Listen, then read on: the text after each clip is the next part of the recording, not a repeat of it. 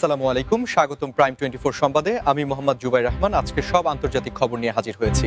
শুরুতেই জানিয়ে দিব সংবাদ শিরোনাম, তারপর বিস্তারিত। ইরান যুদ্ধে জড়াবে না ফ্রান্স, যুদ্ধজাহাজ পাঠানোর খবর অস্বীকার। ইরান যুদ্ধের মধ্যেই তাইওয়ান নিয়ে যুক্তরাষ্ট্রকে কড়া বার্তা চীনের।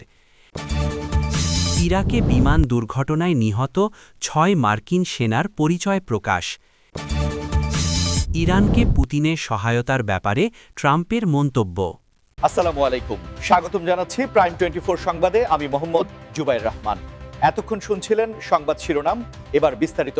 মধ্যপ্রাচ্যের বর্তমান ভূরাজনৈতিক পরিস্থিতি এমনিতেই একটি চরম উত্তেজনাকর অবস্থার মধ্য দিয়ে যাচ্ছে, আর এর মধ্যেই আন্তর্জাতিক মহলে একটি খবর খুব দ্রুত ছড়িয়ে পড়েছিল যে ফ্রান্স হয়তো এই সংঘাতে সরাসরি জড়িয়ে পড়ছে এবং তারা তাদের অত্যাধুনিক যুদ্ধজাহাজ ওই অঞ্চলের দিকে পাঠাচ্ছে। কিন্তু ফরাসি সরকারের পক্ষ থেকে এই জল্পনার একেবারেই অবসান ঘটানো হয়েছে এবং তারা স্পষ্ট জানিয়ে দিয়েছে যে বর্তমান উত্তেজনায় তারা কোনোভাবেই সামরিকভাবে যুক্ত হচ্ছে না বা কোনো যুদ্ধজাহাজও পাঠাচ্ছে না।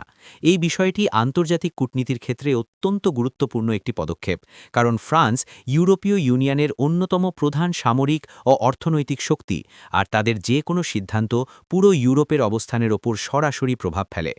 ফরাসি পররাষ্ট্র মন্ত্রণালয় এবং প্রতিরক্ষা দপ্তরের কর্মকর্তারা আন্তর্জাতিক সংবাদ মাধ্যমগুলোকে নিশ্চিত করেছেন যে সম্প্রতি সোশ্যাল মিডিয়া এবং বেশ কিছু আনভেরিফাইড পোর্টালে ফ্রান্সের নৌবাহিনীর মুভমেন্ট নিয়ে যে খবরগুলো ছড়িয়েছিল তা সম্পূর্ণ ভিত্তিহীন এবং এটি মূলত তথ্যের ভুল ব্যাখ্যার কারণে হয়েছে।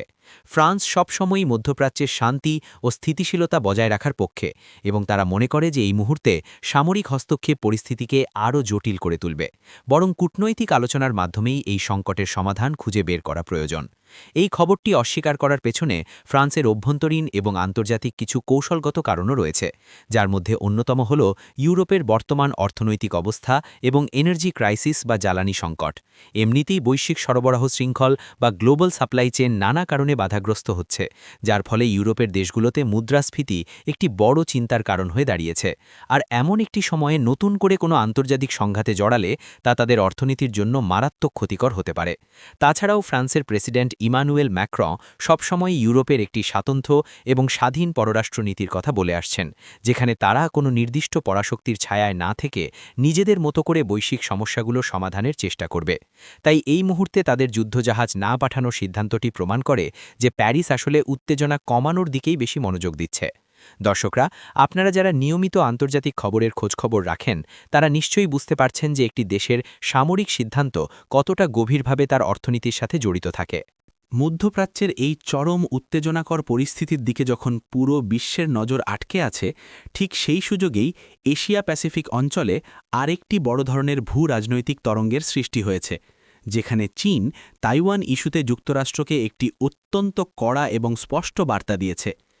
আন্তর্জাতিক সম্পর্কের বিশ্লেষকরা এটিকে একটি অত্যন্ত তাৎপর্যপূর্ণ ঘটনা হিসেবে দেখছেন, কারণ গ্লোবাল পলিটিক্সে যখন পরাশক্তিগুলোর মনোযোগ একটি নির্দিষ্ট অঞ্চলে নিবদ্ধ থাকে, তখন অন্য অঞ্চলে কৌশলগত সুবিধা আদায়ের একটি প্রবণতা সবসময়ই লক্ষ্য করা যায়। চীনের এই বার্তার মূল বিষয়বস্তু হল এক চীন নীতি বা ওয়ান চায়না পলিসির প্রতি সম্মান প্রদর্শন এবং তাইওয়ানের অভ্যন্তরীণ বিষয়ে যুক্তরাষ্ট্রের যে কোনো ধরনের হস্তক্ষেপ বা সামরিক সহায়তা প্রদান থেকে বিরত থাকা। বেইজিংয়ের পক্ষ থেকে স্পষ্ট করে বলা হয়েছে যে তারা তাদের সার্বভৌমত্ব এবং অখণ্ডতার প্রশ্নে কোনো ধরনের ছাড় দেবে না এবং যুক্তরাষ্ট্র যদি এই অঞ্চলে তাদের উস্কানিমূলক কার্যকলাপ অব্যাহত রাখে তবে তার পরিণাম আন্তর্জাতিক স্থিতিশীলতার জন্য খুব একটা সুখকর হবে না। এই ঘটনাটি এমন একটি সময়ে ঘটল যখন যুক্তরাষ্ট্রের প্রতিরক্ষা এবং কূটনীতিক ফোকাসের একটি বড় অংশ মধ্যপ্রাচ্যে আটকে আছে এবং অনেকেই মনে করছেন যে চীন হয়তো এই সুযোগটিকে কাজে লাগিয়ে এশিয়া প্যাসিফিক অঞ্চলে নিজেদের অবস্থান আরও সুসংহত করার চেষ্টা করছে। তাইওয়ান কেবল একটি ভূখণ্ড নয়, বরং এটি বৈশ্বিক অর্থনীতির একটি অত্যন্ত গুরুত্বপূর্ণ কেন্দ্র। বিশেষ করে গ্লোবাল সেমিকন্ডাক্টর বা মাইক্রোচিপ ইন্ডাস্ট্রির ক্ষেত্রে তাইওয়ানের আধিপত্য এমন পর্যায়ে রয়েছে যে সেখানে সামান্য কোনো অস্থিতিশীলতা দেখা দিলে পুরো বিশ্বের টেকনোলজি মার্কেট, অটোমোবাইল শিল্প থেকে শুরু করে মোবাইল ফোন উৎপাদন পর্যন্ত সব কিছু স্থবির হয়ে পড়তে পারে। তাই যুক্তরাষ্ট্র এবং তাদের মিত্র দেশগুলো সবসময়ই চায় ওই অঞ্চলে একটি ভারসাম্য বজায় রাখতে, যাতে সাপ্লাই চেইন বা সরবরাহ ব্যবস্থায় কোনো বিঘ্ন না ঘটে। কিন্তু চীনের এই কড়া বার্তার পর ওয়াশিংটনের নীতি নির্ধারকরা এখন একটি নতুন চ্যালেঞ্জের মুখে পড়েছেন, কারণ তাদেরকে একই সাথে একাধিক ফ্রন্টে কূটনীতিক এবং কৌশলগত ভারসাম্য বজায় রাখতে হচ্ছে। আপনারা যারা আমাদের চ্যানেলের নিয়মিত দর্শক, তারা হয়তো লক্ষ্য করেছেন যে আমরা গত কয়েক মাস ধরেই গ্লোবাল এই বৈশ্বিক ডামাডোলের মাঝেই যুক্তরাষ্ট্রের প্রতিরক্ষা দপ্তর বা পেন্টাগন থেকে একটি অত্যন্ত গুরুত্বপূর্ণ সিদ্ধান্ত সামনে এসেছে, যেখানে জানা গেছে যে চলমান আন্তর্জাতিক উত্তেজনার মাঝে কৌশলগত অবস্থান শক্ত করতে যুক্তরাষ্ট্র প্রায় ২৫০০ স্থলসেনা ওই অঞ্চলে মোতায়েন করতে যাচ্ছে।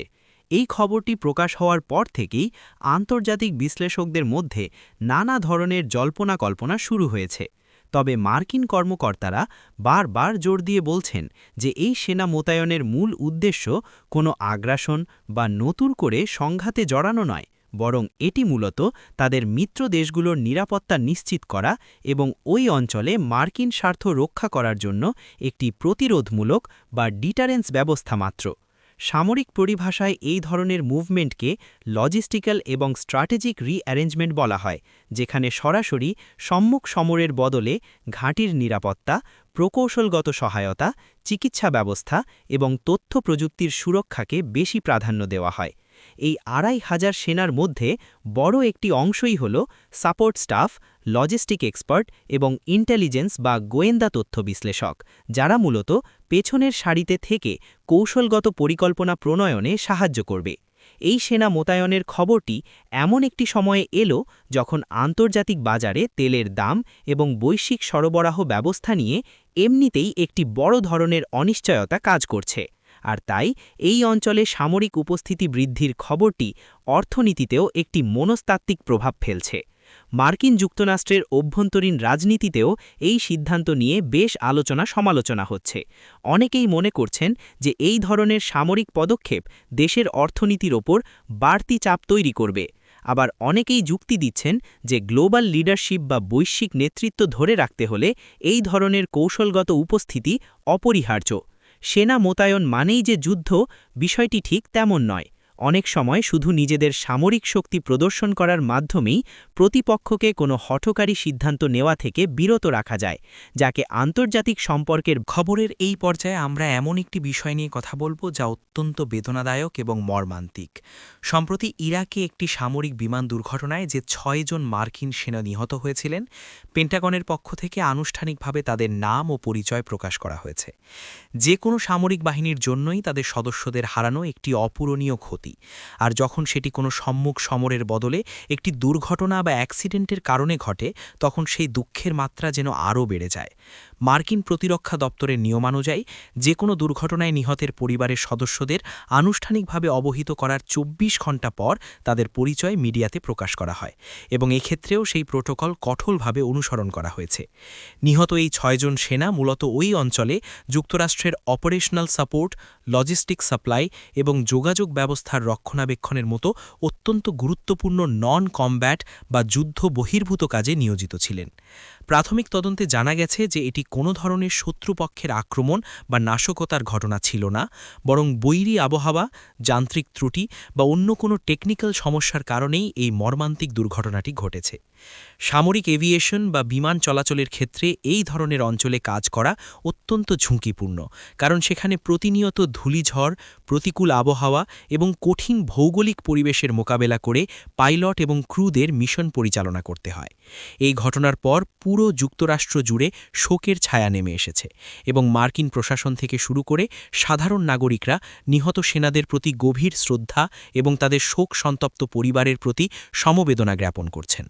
সামরিক তদন্তকারী দল বা ইনভেস্টিগেটররা ইতোমধ্যে ঘটনাস্থল থেকে ব্ল্যাক বক্স এবং অন্যান্য গুরুত্বপূর্ণ আলামত সংগ্রহ করার কাজ শুরু করেছেন, যাতে ঠিক কী কারণে এই বিমানটি বিধ্বস্ত হল তা নিখুঁতভাবে বের করা যায় এবং ভবিষ্যতে এ ধরনের ট্র্যাজেডি এড়াতে প্রয়োজনীয় প্রযুক্তিগত বা প্রশিক্ষণমূলক পদক্ষেপ গ্রহণ করা যায়।